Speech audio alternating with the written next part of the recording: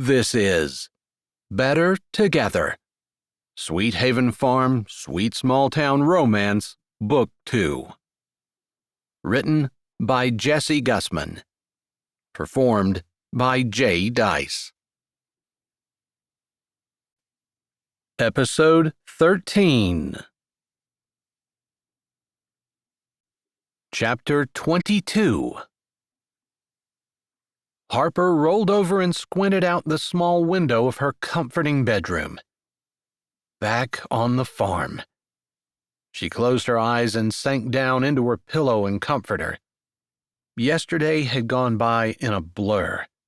Their flight had been delayed, they missed their connection in Houston, and a serious case of, if not jet lag, at least climate readjustment, had left her still feeling drained. She couldn't even remember what time it was when they finally stumbled home. 4 a.m.? Wyatt and she had seen plenty of unhappy, tired, and grumpy people yesterday. That even described them. But after their failed fight at the pseudo-engagement party, Wyatt's personality and hers seemed to be synchronized. Whatever it was, they hadn't fought, despite the travel nightmares. They hadn't talked either, at least not about their relationship, its status, or how it would end. Harper opened an eye and peeked at the clock. Noon. She threw the blankets off and took another look at the beautiful day already half over outside her window. She couldn't believe a weekend was all she'd been gone. So much had happened. A hard, rhythmic rap sounded on her front door. Wyatt always knocked the same way. "Come in!" she shouted while shuffling to the dresser to at least run a brush through her hair. Nerves shot through her at the thought of him seeing her with a bedhead. "Why isn't this door locked?" he said from the living room. "I never lock it." She snapped the ponytail band in place. Wyatt had seen her a million times in her ratty sweatshirt and jammy pants, but as she glanced at the bedroom door that hung open, she wished she had made him wait out on the porch while she changed. His head popped in the crack. "Anyone could walk in on you." "They'd have to find the farm first." She tugged at her shirt and walked to her door. "Why would they want to anyway?" "There are serial killers walking around all over the place." "That's ridiculous." "It's true." "It's not." She tilted her head. "Have we reversed roles?" She was the one that was usually uptight. He was not supposed to care whether the doors were locked or not. Her eyes roved over his muscle shirt and work jeans, and a little flame burst to life in her breast. Wyatt could possibly be a responsible parent. One side of his mouth tugged up in the lopsided grin she loved. "Guess so." A bit of uncertainty clouded his features. "We were both barely awake last night when we got home. I don't think I kissed you goodnight." Pushing away the uncertainty of their relationship, she smiled, and it felt like flirting. "Kiss me now." His grin widened and he closed the space between them. She couldn't think while he kissed her, but after their lips parted and she laid her head on his chest, she whispered, "What are we going to do?" He grunted. "About what? Us? Your job? My dad?" A half laugh escaped from his lips. "There's so much stuff between us, I don't even know where to start." Her job.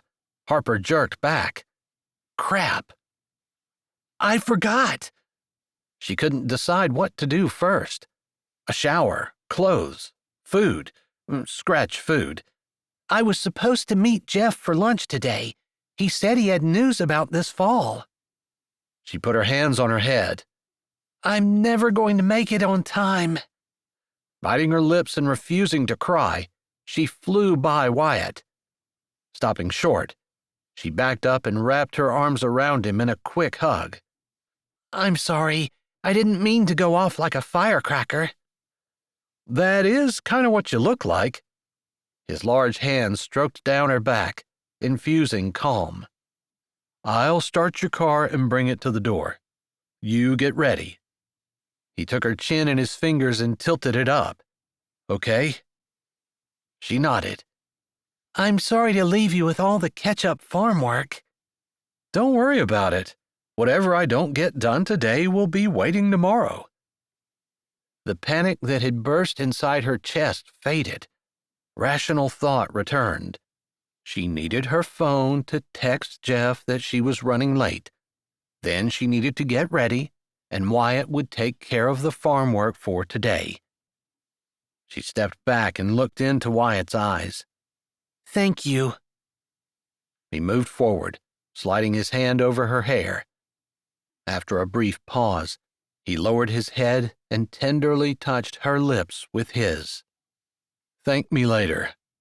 He winked before striding out the door. Harper stood with her fingers on her lips, staring at the door. She couldn't wipe the bemused smile from her face. Remembering her lunch, she burst into action. 30 minutes later, Harper grabbed her purse and walked out. She'd put off the position she'd been offered this summer. She couldn't afford to lose the one for this fall. Not if she wanted that tenure vote to swing her way. Which, of course, she did. Unless she moved to Chile. That thought came out of the blue. It startled her. She had no intentions of ever moving to Chile. At least, she didn't think she did. She'd had fun in Chile. If she were working with the menus and meals, she'd be somewhat using her degree. It wasn't the same as the farm, but if Wyatt were there... Still, she was so inept. Surely Wyatt would get tired of her incompetence, frustrated with her complete lack of athletic ability. She could work her butt off to learn to ski, but she'd never be a natural. As for snowmobiling, well, she had to admit, she wasn't exactly longing to go for another ride. Kayla's face popped into her head. Her life and zest for adventure. They matched Wyatt's. Harper would hold him back. Her gaze dropped to the floor and she kicked at the carpet with her toe. It was selfish to take Wyatt for herself when what he really needed was someone who could offer him more adventure and fun. Someone who matched his abilities and would challenge him in a good way. Someone who loved the life he loved. The right thing would be to let Wyatt go. Chapter 23. "We're packing up. We'll be home in a few days."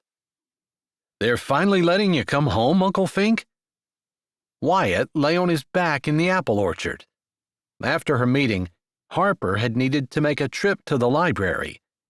He'd come down to check the apples, but it had been so nice he'd stayed for a nap. Then Uncle Fink had called. "Yeah, we need to either come home or start paying property taxes." A soft breeze rustled the tall grass around him. He'd need to mow it before he left. The summer Rambos would be ready to pick soon. The scent of corn pollen hung, thick and heavy, in the air. Such a summery smell. He focused on the conversation. "I hope you're not pushing it too hard. You don't want to relapse. That won't help anyone." "Don't you want us back?" Fink said with a tease in his usually serious voice. "I'd think you'd have itchy feet by now." A cloud shaped like a dragon floated lazily in the blue sky. He'd probably better give his uncle a hint. It wasn't the semi-relationship with Harper he'd have trouble with. It was the fact that it couldn't be permanent, not with him leaving and Harper staying, and the chance they took that things might never be the same for their mixed family. He put a hand behind his head and studied the mountain rising beyond the river. He opened his mouth to tell his uncle he was in a relationship with his wife's daughter, but that's not what came out. "Do you own all of that mountain beyond the apple orchard?" "All but the part that the tunnel goes through." "How many acres?" "I think it's around 1,000 or so. It borders state game land on both sides. Why?" "Just lying here in the apple orchard looking at it." He thought of the old permit on the desk Harper and he had found when they were looking for the envelope with the passwords in it. A crazy idea popped into his brain. Too crazy, even for him. "I'm dating Harper." There. Now it was out. The line stayed silent.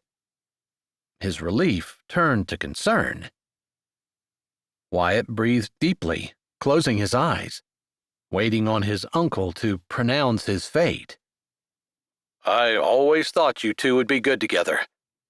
Fink cleared his throat and lowered his voice. "But how, exactly, is that going to work out? Did you decide to not go to Chile?" "No." "She's going with you?" Fink's voice hitched up an octave. "No." Again, that ominous silence. "I kind of thought you had a little more respect for Harper than to let her be a summer fling." "I do." Even as he said the words, guilt punched him in the gut. That's what the relationship he had with Harper amounted to. A summer fling. It sounded so cheap when his uncle said it. "Then what does this look like long term?" Fink had been like a father to him, but he'd also been like a father to Harper, whose real dad had died when she was young. This was Harper's dad talking to him now. He couldn't lie. "It looks like nothing long term." "I'm disappointed in you, son." There wasn't really a defense, but he had to give one anyway. "I'm not sleeping with her. We're just hanging out." "Then you're going to walk away." He put an arm over his eyes, like he could block out the truth. But it was still there. "Yeah, my dad's expecting me to fall into the family business. I have to go." "Well, you're both adults, and Harper's always had a good head on her shoulders." He paused and Wyatt braced himself. "But she already has a tendency to hide herself away.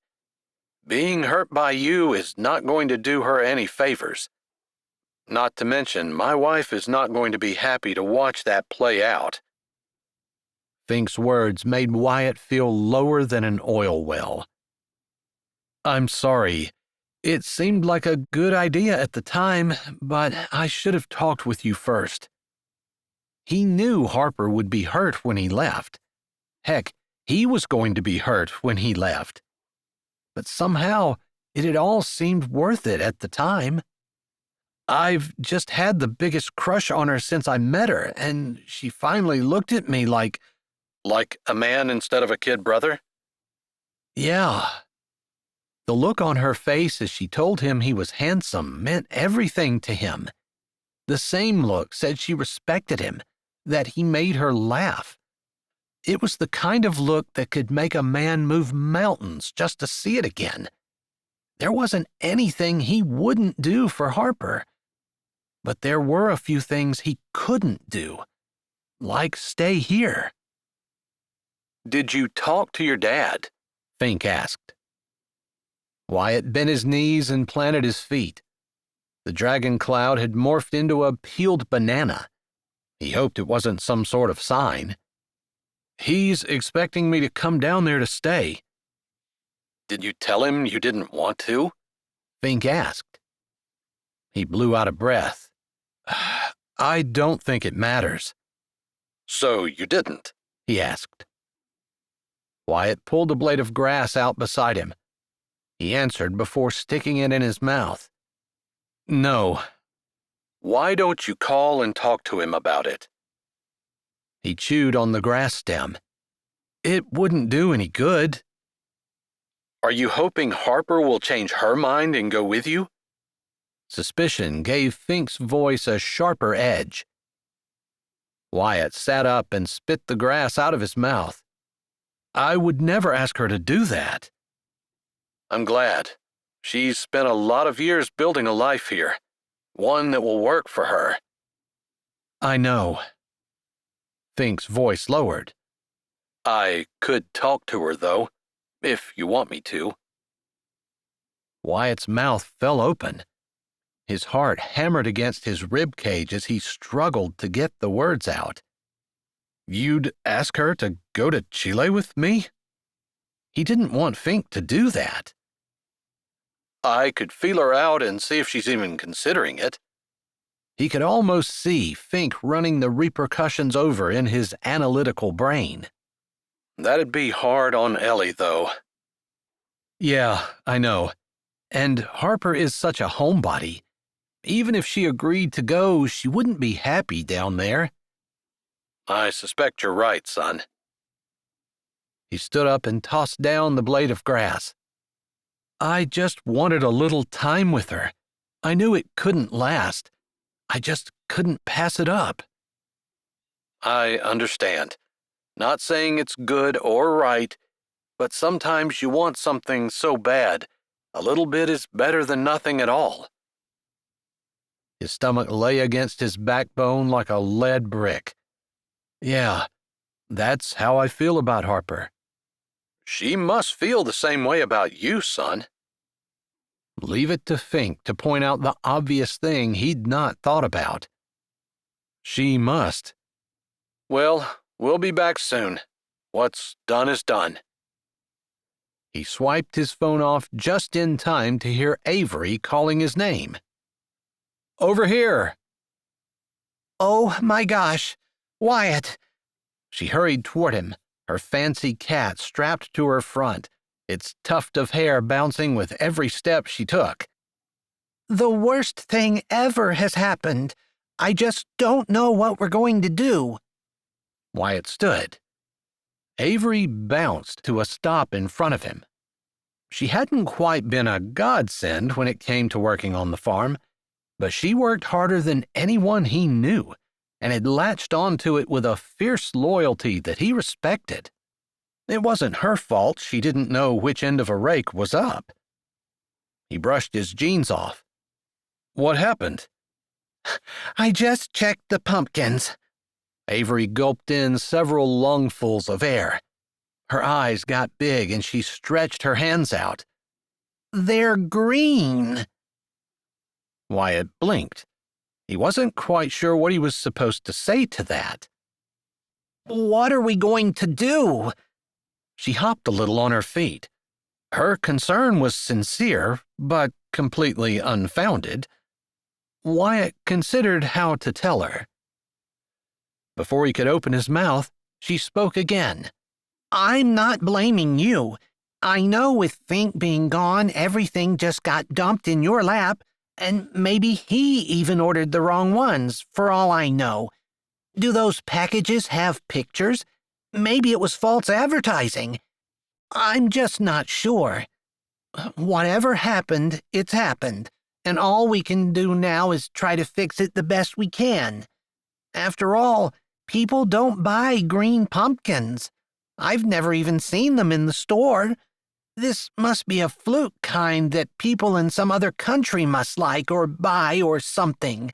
But we need orange pumpkins. People won't pay money for any other color. Well, maybe white.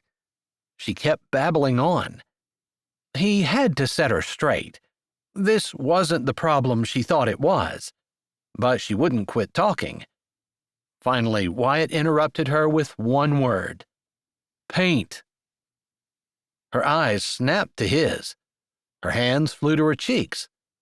She paused for just a moment. You're right. You're right. Of course. Why didn't I think of that? I can paint. We'll get orange paint and we have time. We'll just paint the whole darn field. She nodded at Wyatt, still muttering to herself as she turned and walked away. He would stop her before she started painting the pumpkins. Of course. He rubbed his chin. He'd been worried about Fink and Ellie and the boys. Harper would be worried too. But Avery, as much as she needed to learn, might be the best thing that happened to the farm all summer. If she was willing to paint 5 acres of pumpkins orange just to be able to pay the taxes, she might be willing to stay around. If she were willing to stay, someone else might be willing to go. Chapter 24.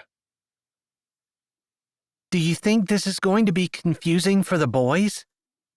Harper sat beside Wyatt on the porch step, her warm body pressed against his from hip to shoulder. He contemplated the empty driveway. Fink and Ellie and the boys would be coming home any time. It probably could be. He put his arm around her and she laid her head on his shoulder. But I'd rather not do any more pretending, if that's okay with you. She laughed. He figured she would after the debacle of the lie he'd told his dad. Still, nerves pinged in his stomach. Fink knew, and Wyatt assumed he'd told Ellie. He had no idea what Ellie would think. He ran his hand up and down Harper's arm, enjoying the evening bird song and the easing of the humidity that had plagued them all day.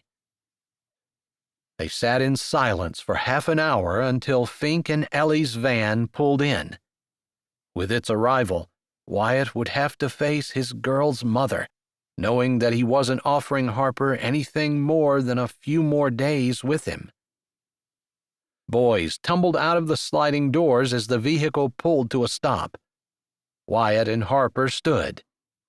Dan, the oldest at 8, ran to them, grabbing them both in a big hug. Bert and Kent piled on behind him, yelling their names and talking over each other so fast and loud it was impossible to understand anyone. Wyatt kept one arm behind Harper to steady her. Ellie's eyes took in the picture as she got out of the driver's side, her boys, her daughter, and him. She met his gaze. His stomach puckered. Her lips turned up, her eyes crinkled at the corners. Harper's arm slipped around his waist. Ellie's eyes dropped to his waist, then slid back up. She tilted her head, and her look softened, radiating love. Wyatt felt humbled as he'd never before in his life. He'd thought she might be angry, or resentful at the very least. He hadn't expected acceptance, let alone warm affection. Ellie broke the spell when she turned and shut her door, walking around the van to help Fink get out. Wyatt squeezed Harper's shoulder. As the boys continued to clamor and talk, he spoke in her ear. "I think your mom's okay with us." She stood on tiptoe and whispered back, "She's always loved you." "Knock, knock," Ellie called through the screen door of Harper's apartment. "Come on in, Mom," Harper answered from the kitchen. She dropped a tea bag into each of the 2 mugs of hot water on the counter. Ellie opened the door and walked in. "Sit down on the couch. I'll be right in." Harper put cream but no sugar in her mom's cup and carried the tea into the room. "Here you go." She handed the cup to her mom. "Wow, the boys were wound up when you got here." "Yeah, that's a long drive." Ellie took a tentative sip. "But they're finally out for the night, and Fink is sitting at the table with his leg propped up, talking to Wyatt." "Ah, that's why you texted me. You needed to get away from the man talk." Ellie glanced at her over her cup. "Well, they were talking about women." Harper wrinkled her nose. "Even worse." "So I thought maybe we should talk about men." "Not men." Harper couldn't contain her smile, even though her heart hurt since their separation loomed. Man. Ellie set her cup down, along with any pretense that she had arrived to talk about anything else. Oh, Harper, Wyatt's the best man I know, and I love him like a son. I'd love nothing more than to see you together. I just wish it wasn't so impossible, unless you've decided to go to Chile with him. Harper shook her head. He's staying here? I won't go. He won't stay. Why can't he stay? Harper pinched the bridge of her nose. You'd understand if you went to Chile and saw it. His dad is dead set on him helping. I mean, Wyatt had barely set foot on the place, and his dad had him out working, teaching classes, interacting with guests. Plus, Wyatt loves everything about it.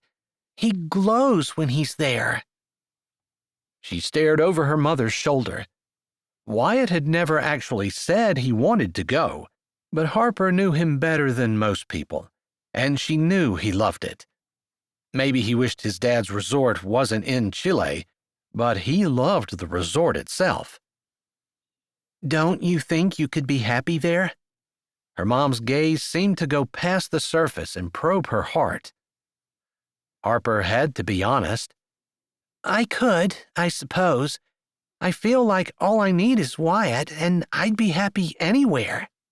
But then I look at all the work I've put into my career here, and I think I'd resent having to give that all up. She traced the rim of her teacup. You think? Harper bit her lip and lifted her hands in the air. I don't know what to do. I can't stand the thought of losing him, but I could have tenure, a great research position. Everything I've worked so hard for is right there, right within reach. She lowered her hands, planting them deliberately in her lap. Plus, I love this old farm. Her mom nodded in understanding. I hate to leave it to even go to the store, let alone to leave the country. On top of that, I'd be leaving my family, too. I'd never see you and Fink and the boys. Her mom's face lost a little of its serious cast as she grinned. Oh, we'd send the boys down every summer. Another reason to stay here. They laughed together. Harper loved her brothers, and everyone knew it. But they could be exhausting. I'm kidding. Her mom's smile faded. She reached out and took Harper's hand. Listen, honey, I know better than anyone how much of a homebody you are. You don't have to tell me how hard it would be for you to give it all up. I just hope you're clear about what it means. What? The research, tenure, even this farm. Do you not want to give it up because you love it? Or is it because it represents security for you? She squeezed Harper's hand. Harper squeezed back. Ellie shook her head. I know I made some mistakes early in my life. I was pregnant with you at 14. Maybe I preached a little too long and a little too hard about security, about home and family, about having an education and a good, steady paycheck. After all, those were things that I didn't have when I brought you into the world. I was scared, and I felt like I was all alone. Maybe you picked up on that. You seemed to be determined to do the opposite of what I did. Maybe. Harper studied their linked hands. She didn't explicitly remember her mom lecturing about an education, family, security, but she couldn't remember a time when those things weren't important to her. I took some risks, and I got caught. Please don't let that keep you from ever taking any risks at all. Harper's stomach tightened. It sounds like you're trying to talk me into going to Chile with Wyatt. I've watched you and Wyatt together for the last 10 years. I don't think a love like you two have should be tossed aside lightly. She hadn't realized that she loved Wyatt until this summer. But then Wyatt's words from Chile entered her head. He'd said he had waited 10 years to hear her say she wanted him to kiss her. You really think it's something special? Her mother smiled enigmatically. Don't you? I've never been in love before. I thought everyone felt like this. Like you're going to die without him? She nodded slowly. Rationally, she knew death was not a danger, but emotionally, it sure felt like it. Yes. Maybe that's the way everyone in lust feels, but you and Wyatt had a strong friendship before any romance entered the picture. The lust feelings fade.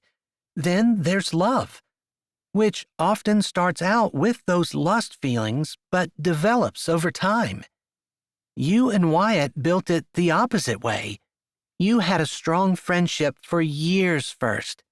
Somehow your personalities just click, and you laugh together. Harper's mouth kicked up. That's because he's so funny. Ellie shrugged. But you take his teasing exactly the way he means it. You don't have to laugh. You could choose to be angry instead. I want to laugh when I'm with him. Sometimes she pretended anger. Sometimes she really was angry, but never for long. Not everyone makes you want to. Ellie lifted her free hand in a handoff gesture. I'm not trying to talk you into anything. I'm just trying to make sure you see the whole picture. If you were me, what would you do? Ellie waved her pointer finger back and forth. No way, kiddo. That's cheating. You have to make up your own mind. Harper leaned forward and Ellie pulled her closer in a tight hug. She didn't want to leave her mother. She didn't want to leave the comfort and security of her home. She didn't want to leave everything she'd worked for either. Maybe because she loved those things and they made her happy. Or maybe because, deep down, she had allowed fear of change to dictate her life.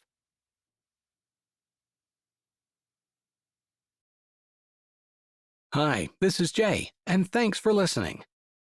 If you're ready for another great audiobook, here's one we think you might like. Or check out the playlist with all our latest releases. Don't forget to subscribe to Say with Jay, give this video a thumbs up, and tell us what you liked in the comments.